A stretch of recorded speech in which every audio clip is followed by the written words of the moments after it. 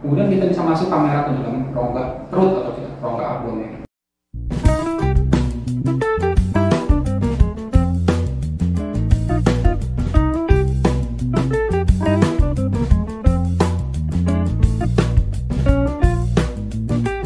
Halo sahabat Hermina, bertemu lagi dengan saya Dr. Richard. Pada kali ini kita akan membahas podcast yang berjudul Waspada Nyeri Perut Kanan Bawah. Nah, pasti sahabat-sahabat Hermina pernah merasakan nyeri perut kanan bawah. Apa sih penyakit yang menyebabkan nyeri perut kanan bawah itu? Bagaimana pemeriksaannya ataupun bagaimana nanti untuk memberikan pengobatannya? Nah, kali ini kita akan kedatangan narasumber yang ahli pada bidangnya, yaitu Dr. Ali Farhan Fatoni, Halo. spesialis bedah. Ya, halo sahabat Hermina, saya Dr. Ali, spesialis bedah. Oke. Langsung ke intinya aja dok. Ya. Oke. Kita kan membahas tentang nyeri perut kanan bawah ini saat ini. Nah, sebetulnya kalau nyeri perut kanan bawah itu gejala apa sih dok yang biasanya muncul atau penyakit apa sih di nyeri perut kanan bawah itu? Oke. Nah, jadi kalau kita pertama kali ya kita tahu ada datang misalnya keluhan kita sahabat-sahabat Hermina sekalian dengan nyeri perut kanan bawah. Ketika kita datang kita biasanya kita analisa dulu dok. Jadi apakah ini pada laki-laki atau pada perempuan? Karena kedua hal itu sangat berbeda drastis. Kalau memang misalnya pada laki-laki, kalau di daerah nyeri kanan bawah itu banyak organ-organ, bisa dia ada organ ginjal, misalnya contoh dia batu ginjal atau batu saluran kemih, kemudian dia juga bisa pada terjadi pada organ-organ seperti usus, misalnya ileitis, atau bahkan juga appendicitis. Kemudian bisa juga di otot-otot juga, otot misalnya nyeri LBP, low back pain yang memang letaknya terdapat di daerah kanan bawah. Namun pada perempuan, selain dari itu semua, orang-orang itu kadang-kadang kita juga harus melihat tuh nyeri perut kanan bawah ini kadang-kadang disertai pada orang yang memang nyerinya di kanan bawah itu bagian-bagian ginekologis, bisa kista ovarium, tumor ovarium, juga mungkin kista ovarium terpuntir, appendicitis juga masih mungkin. Nah, itulah beberapa penyakit yang memang sering terjadi yang pada gejala-gejala dengan nyeri perut kanan bawah ini. Oke, berarti itu ya dok, tergantung juga ya apakah ini laki-laki atau perempuan. Betul. Jadi harus dibedakan dulu ini Betul. munculnya nyeri perut kanan bawahnya. Ya, Berarti kalau laki-laki, kalau perempuan ya lebih bisa ada diferensial ataupun juga penyebabnya bisa mungkin arah ginekologi ya dok. bisa sama Ini. sekali. Nah, gini dok, kan kita nyeri perut kanan bawah nih paling banyak nih di masyarakat muncul itu katanya appendicitis atau katanya itu di masyarakat umum bilangnya usus buntu. Ya. Nah, sebetulnya usus buntu itu apa ya dok? Ya. Gejala-gejalanya. Oke.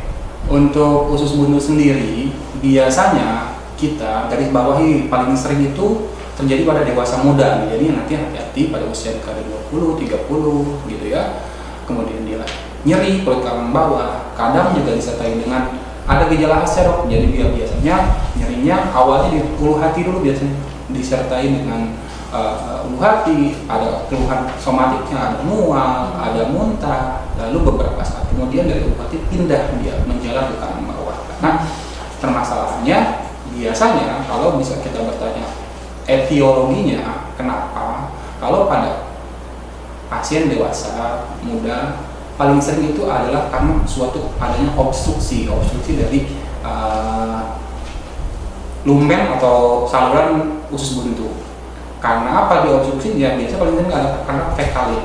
Fekalit itu bisa penyebabnya kayak feses yang mengeras gitu. Atau bahkan kalau orang awam bilang bisa nggak biji cabai, biji tomat, biji-bijian, bisa nggak dia bikin sumbatan pada usus buntu? Bisa, tapi angka persentasenya sangat kecil. Yang besar adalah fekalit. Kemudian terjadi fekalit itu dia jebak sehingga lumen atau saluran rongga usus buntu itu dia tersumbat, dia makin bengkak, masuk bakteri sekunder ke situ, terjadi peradangan lokal di situ. Nah, sehingga terjadilah suatu namanya usus buntu atau peradangan usus buntu appendicitis gitu.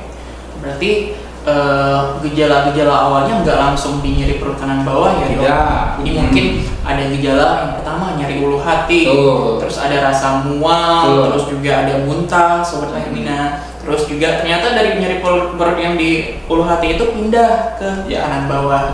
Penyebabnya juga ada berbagai macam, tapi paling sering itu karena fekalit ya dok. Fekalit itu kotoran, sobat Hermina. Nah dok, kalau misalnya memang ini ternyata usus buntu nih, didapatkan usus buntu, pemeriksaan awal yang dokter tahu ini ternyata ini usus buntu, menegakkan diagnosanya itu dengan apa ya dok? Oke, untuk menegakkan diagnosa suatu usus buntu, ya pertama yang kita tahu adalah harus melakukan anamnesa ya. Anamnesa yang baik, mulai dari tadi gejala yang kita duga, tadi nyeri ulu hati, pindah kanan bawah, keringat dingin, mual, muntah, kadang disertai dengan demam. Nah itu pertama dulu kita jadi pegang gitu. Kemudian yang kedua adalah pemeriksaan laboratorium. Laboratorium kita lihat biasanya kalau misalnya pasien-pasien dengan usus buntu, karena di situ terjadi suatu peradangan, ada peningkatan sel darah putih atau leukositnya dia akan meningkat gitu. Nah setelah itu kita juga bisa melakukan pemeriksaan lanjutan lain dok. Contohnya pemeriksaan USG. USG sangat penting untuk salah satu untuk mendiagnosa penunjang usus buntu. Nah, di situ kita bahkan pada perempuan tadi kan kita curiga takutnya ada kelainan ginekologis. Nah, di situ kita bisa dari USG itu kita bisa mempertajam kemungkinan ini usus buntu atau bukan gitu. Jadi dari situ kalau misalnya ada suatu kista atau kista terpuntir, gangguan dari organ ginekologis, nah itu sangat bisa kita bedakan. Yang terakhir mungkin yang sering kalau misalnya pada usus buntu kronis kita sering kenal dengan appendikogram. Jadi kita bisa juga menggunakan pemeriksaan penunjang tersebut. Dan paling mutakhir mungkin kalau kita sangat ragu bisa kita sampai melakukan pemeriksaan CT appendix. Jadi kita CT scan, tapi kita fokus pada daerah appendicitis. Gitu. Oke. Jadi gitu sahabat Hermina. Nggak langsung tiba-tiba kita nyari perut kanan bawah langsung didiagnosa appendicitis ataupun usus buntu. Jadi ada yang harus diperdalam dulu, ditanyakan dulu, wawancara sama dokternya, terus juga ada pemeriksaan fisik dulu untuk menegakkan diagnosanya, sampai kalau misalnya perlu ya kita lakukan ya pemeriksaan lab, tanda-tanda ada peningkatan leukosit. Terus ya kalau misalnya memang ini butuh yang lebih mempertajamnya dilakukan pemeriksaan penunjang ya dok, bisa USG, terus juga tadi bisa appendikogram, ataupun yang paling mutakhir itu CT appendix ya. Okay. Nah tambahan lagi dok, namun terkadang ada beberapa kasus appendicitis ini dia langsung bisa tegak dengan cukup dengan pemeriksaan fisik sama pemeriksaan anamnesa. Misalnya contoh pada laki-laki usia muda dan ini gejalanya sudah khas, kemudian pada pemeriksaan fisiknya itu dia juga ada suatu difan muskular, ya kanan bawahnya kita tekan sangat nyeri sekali. Nah itu sebetulnya cukup dari anamnesis dan pemeriksaan penunjang, tidak perlu kita melakukan pemeriksaan penunjang lain kalau memang sudah jelas gitu. Jadi namanya pemeriksaan penunjang adalah suatu pemeriksaan yang memang kalau diperlukan gitu ya. Berarti bisa langsung kalau khas gejalanya khas bisa tegakkan diagnosanya. Oke dok, terus kan ini kalau misalnya ini udah tegak nih diagnosanya usus buntu nih ternyata sahabat Hermina. Nah apa sih tata laksana yang bisa dilakukan atau akan dilakukan oleh dokter di bidang bedah dok? Ya, oke. Untuk pengobatan kalau misalnya kita sudah tegak misalnya usus buntu, pertama yang paling kita berikan itu adalah pengobatan. Pengobatan dulu yang kita berikan pertama kali pemberian obat nyeri. Tentunya karena kita harus meredakan nyerinya. Kalau ada mual dan muntah kita berikan juga obat anti mual, anti muntah. Tentunya juga kita memberikan obat-obat antibiotik. Nah selanjutnya kita kalau sudah tegak sudah buntu, paling baik itu kita tata laksananya itu dengan melakukan operasi dok. Karena kenapa? Karena terkadang usus buntu itu ketika dia radang kondisi akut dia terjadi risiko untuk terjadi perforasi atau pecah nanti usus buntunya, sehingga tata laksana akan berbeda operasinya gitu. Operasinya ada beberapa metode. Yang pertama kita bisa melakukan open appendectomy, jadi kita operasi dengan metode konvensional atau open, atau paling terakhir ini kita bisa melakukan secara minimal invasif yang kita kenal dengan laparoskopi appendectomy. Jadi kita hanya memasukkan kamera, memasukkan trokat beberapa titik, kemudian kita bisa evaluasi appendix dan kita angkat appendixnya.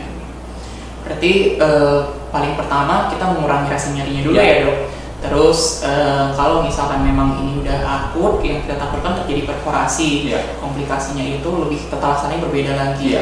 Tata laksana yang bisa dilakukan pembedahan yang paling utamanya, yaitu dilakukan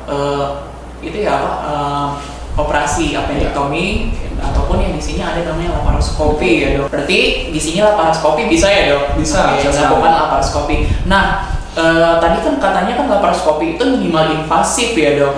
Nah, apa sih kelebihannya dari laparoskopi daripada dilakukan appendectomy konvensional? Ya, tentunya kalau misalnya kita dengan laparoskopi, keunggulannya lebih banyak dibandingkan dengan open secara konvensional, terutama pada perempuan dok. Jadi ketika kita melakukan laparoskopi, kita melakukan sayatan kecil kurang lebih 1 cm dan hanya beberapa titik.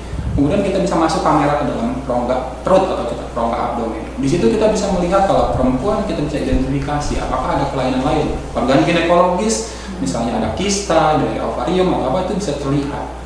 Kemudian tentunya karena ini suatu minimal invasif, sayatan lebih kecil, pasca operasi sangat nyaman buat pasien. Artinya rasa nyeri juga pasti dia akan sangat minimal dibandingkan open. Kemudian cepat kita akan recovery-nya loh. Jadi mungkin yang biasanya kalau open karena sayatannya lebih besar, recovery-nya lebih lambat, ini mungkin 1 hari 2 hari kita udah bisa selesai, bisa pulang bahkan kalau memang misalnya kita dengan menggunakan laparoskopi gitu. Sehingga dengan minimal invasif ini saat ini memang sudah banyak dan keuntungannya buat pasien sendiri. Jadi banyak keuntungannya dok untuk kita lakukan namanya ini laparoskopi, jadi minimal invasif, penyembuhannya tentu juga lebih cepat ya dok. Terus juga ini lebih jelas ya, mungkin yang menggunakan kamera bisa melihat, terutama untuk yang pasien-pasien perempuan. Oke, begitu terima kasih Dokter Ali sudah memberikan ilmunya kepada kita semua. Semoga sahabat-sahabat Hermina yang telah mendengarkan pemaparan ataupun juga penjelasan dari Dokter Ali bermanfaat. Nah, untuk dari sahabat Hermina bisa melakukan pendaftaran via website, call center atau aplikasi Halo Hermina. Terima kasih. Terima kasih.